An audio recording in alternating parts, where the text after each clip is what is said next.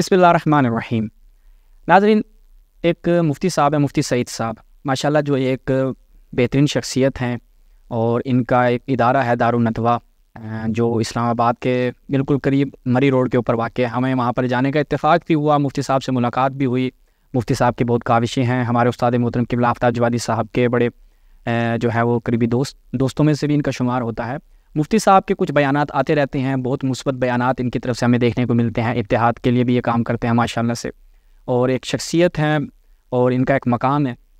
लेकिन इन्होंने अभी गदीर के मुतालिक इनके 2 क्लिप हमें मौसूल हुए मोमिनीन की जानिब से। हम इनकी गुफ्तगू सुनने के बाद जो है वो इस कदर ताज्जुब में चले गए कि ये मुफ्ती साहब की शख्सियत के साथ कतअन साजगार नहीं है। यानी जो मुफ्ती साहब की शख्सियत है, मुफ्ती साहब इंशाअल्लाह हमारे इस क्लिप को समाअत फरमाएंगे। हम मुफ्ती साहब से गुजारिश करेंगे कि आप इन चीज़ों पर नज़र सानी करें।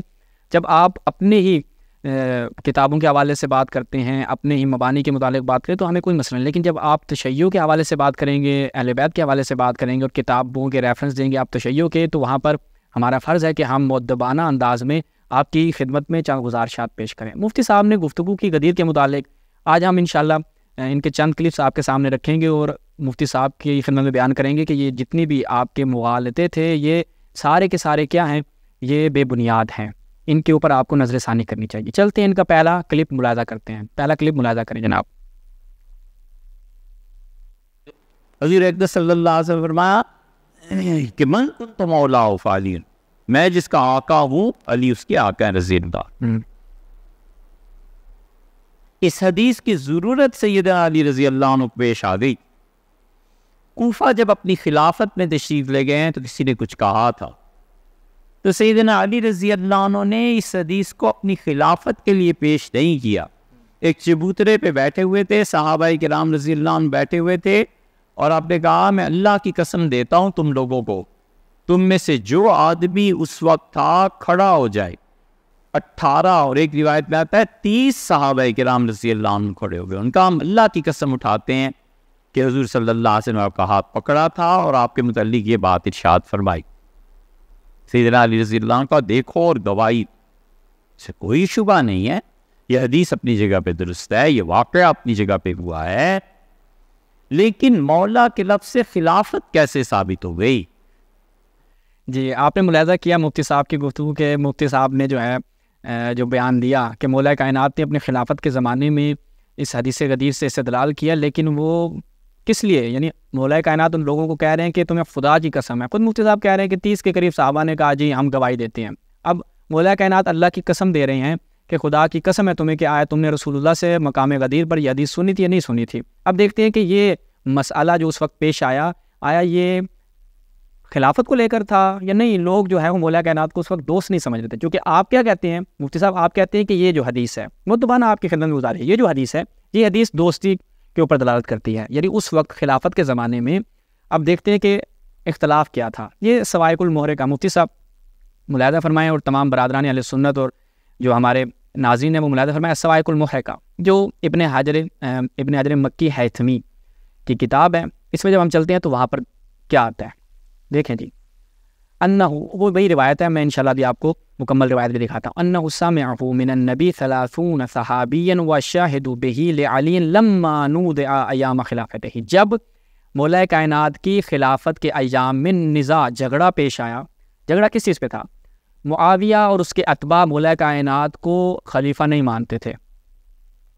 जो उस वक्त निज़ा था खिलाफत के अय्याम में, निज़ा दोस्ती का नहीं था, दोस्ती में कोई निज़ा नहीं था, यानी कोई ऐसा नहीं था कि जो मौला कायनात को दोस्त न मानता हो, मौला कायनात को हबीब न मानता हो, लेकिन मसला जो था वो सियासी मसला था, खिलाफत का मसला था। तो मौला कायनात ने इस हदीस से इस्तेदलाल किया मुफ्ती साहब, वहाँ पर कोई और मसला दरपेश नहीं था कि आप कहें कि मुआविया जो है वो मुझे दोस्त नहीं मान रहा। अच्छा, दोस्त मान लेता तो क्या होता? मसला दोस्ती पे था, मुआविया के साथ मसला दोस्ती पे तो नहीं था, मसला किस चीज़ पे था? खिलाफत पे था।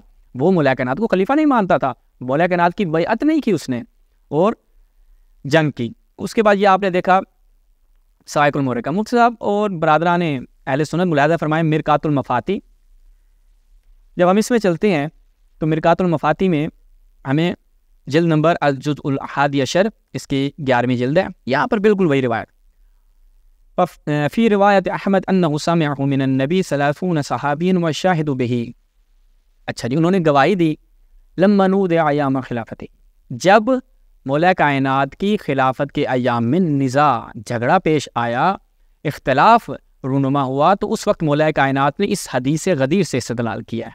اور یہ واضح چیز ہے کہ حدیث غدیر سے استدلال کیا جا رہا ہے. یہ نہیں کہ اے صحابی ہو تم مجھے دوست نہیں مانتے، رسول اللہ نے فرمایا تھا بھائی ایام خلافت ہے اور خلافت میں مسئلہ خلافت کا درپیش ہے، یعنی خلافت کے زمانے میں خلافت کا مسئلہ درپیش ہے، تو وہاں پر اپنی خلافت پہ استدلال کی. یہ تو نہایت بدیہی بات ہے، ہمیں تعجب ہے مفتی صاحب اس طریقے کا استدلال کرتے ہیں.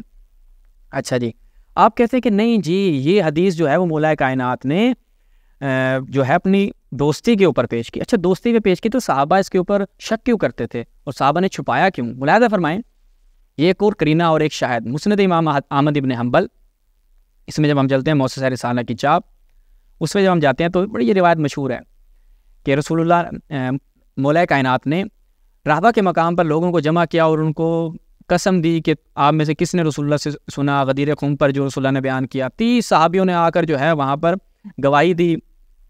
اچھا جی، اس کے بعد کیونکہ روایت جناب ابو طفیل سے ہے تو وہ کہتے ہیں فَخَرَجْتُ وَكَأَنَّ فِي نَفْسِ شَيْئًا، بھائی حدیث سے غدیر سننے، من کنت مولاہ فہذا علی مولا سننے کے بعد جناب ابو طفیل کیا کہتے ہیں کہ میرے نفس میں کوئی چیز تھی. وہ کون سی چیز تھی جو جناب ابو طفیل کو ہضم نہیں ہو رہی تھی؟ دوستی. آپ خود بھی ہنسیں گے، یعنی اصلاً معقول نہیں ہے کہ دوستی ایک بدیہی چیز ہے، اور بارہا رسول اللہ نے مولا کائنات کے متعلق جو ہے وہ فرمایا ہے کہ جو علی سے بغض رکھے گا وہ منافق ہوگا، جو اس سے محبت رکھے گا وہ مومن. اس کے بعد کسی شک کی گنجائش رہ جاتی ہے؟ یہ ایک خود کرینہ اور شاہد بن رہا ہے مفتی صاحب. اس طرح کی باتیں جو ہیں وہ واقعاً ایک مضحکہ خیز ہیں جو آپ نے بیان کیا. اس کے بعد یہ ملاحظہ فرمائیں مجمع الزوائد. اب دیکھیں جی حدیث غدیر کے ساتھ کچھ صحابہ نے کیا چھیڑخانی کی اور کیا انہوں نے کام کرنے کی کوشش کی اور ان کے ساتھ کیا ہوا. مجمع الزوائد حیثمی صاحب کی کتاب الجزء التاسع 9ویں اس کی جلد، اس میں ملاحظہ فرمائیں. یہی روایت کے مولا کائنات نے لوگوں کو قسم دی کہ رسول اللہ سے سنا، وہی پورا. اچھا جی، 12 بدری صحابی جو ہے وہ کھڑے ہو گئے، انہوں نے گواہی دی.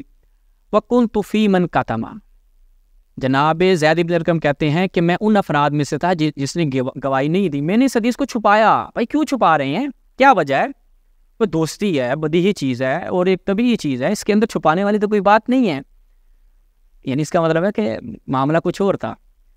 فَذَهَبَ بس میری بینائی چلی گئی، یعنی رسول اللہ صلی اللہ علیہ وسلم کی اس حدیث کا انکار کیا. مولا کائنات نے خدا کی قسم دی، اور بہت سی روایات میں ہے کہ مولا کائنات نے آگے ودع علی، اور مولا کائنات نے بد دعا کی. رجال الاوسط ثقات، یعنی اس ایک روایت جو صحیح سند بہت سی کتابوں میں روایت وارد ہوئی ہے اور بہت سے ایسے صحابہ کے متعلق وارد ہوئی ہے کہ جنہوں نے حدیث غدیر کو چھپایا. اور کیوں چھپا رہے ہیں بھائی؟ جب ہے دوستی تو چھپانے کی ضرورت ہی نہیں ہے. اس کے بعد آپ دیکھیں اصول الغابہ فی معرفت الصحابہ، اس میں جب ہم جاتے ہیں ابن اسیر جزری کی کتاب، عبد الرحمن بن مدلج یہ کیا کہتے ہیں؟ وہی بالکل وہی عبارت. وہ کہتے ہیں کہ مولا کائنات نے قسم دی کہ بھائی کس نے رسول اللہ سے یہ حدیث سنی ہے، بہت سے لوگوں نے گواہی دی. وَقَتَمَ قَوْمٌ، ایک قوم نے اس کو چھپایا. فَمَا خَرَجُوا مِنَ الدُّنْيَا حَتَّىٰ مَاتُوا، یہاں تک کہ جن لوگوں نے چھپایا تھا وہ اس دنیا سے جب رخصت ہوئے، کوئی اندھا ہو گیا، کسی کے اوپر کوئی آفت آ گئی. اور ان میں سے ایک کون تھے؟ ایک یزید بن ودیعہ اور عبد الرحمن بن مدلج. یعنی ان صحابیوں نے کیوں چھپایا بھائی حدیث غدیر کو؟ تو مفتی صاحب یہ جو چیزیں ہیں یہ لوگوں کو بیان کریں آپ، یہ چیزیں لوگوں کو بیان کرنے والی ہیں کہ حدیث غدیر کو جو چھپایا جا رہا ہے اس کا مطلب ہے کہ اس سے مراد خلافت و امامت تھی. تبھی صحابہ ڈرتے تھے. ابھی وقت نہیں ہے، ورنہ اس کے اوپر اس قدر شواہد کہ زوری جیسا بندہ بھی شام میں یہ روایت بیان کرنے سے ڈرتا تھا. اسے کہا جاتا تھا کہ بھائی شام میں کیوں بیان کر رہے ہو؟ تمہیں نہیں پتہ یہاں پہ مولا کائنات کے خلاف جو ہے وہ کس قدر معاویہ اور اس کے اتباع جو ہے سرگرم ہیں، تو نہ بیان کرو اس حدیث غدیر سے اس قدر. اور احمد ابن حنبل سے جب اس حدیث کے بارے میں پوچھا جاتا تو وہ کہتا کلام نہیں کرو، اس حدیث کا کیا معنی ہے، اس کے بارے میں کوئی بات نہیں کرو، یہ روایتیں مفتی صاحب بیان کریں. میں جن روایتوں کی طرف اشارہ کر رہا ہوں آپ کو بخوبی معلوم ہے کون سی روایتیں ہیں. یہ سارے قرائن و شواہد بتاتے ہیں کہ مولا کائنات جو لوگوں کو قسم دے رہے تھے اس روایت سے ان کے نزدیک کیا تھا، تو اس روایت سے استدلال کر رہے تھے اپنی امامت اور خلافت پر.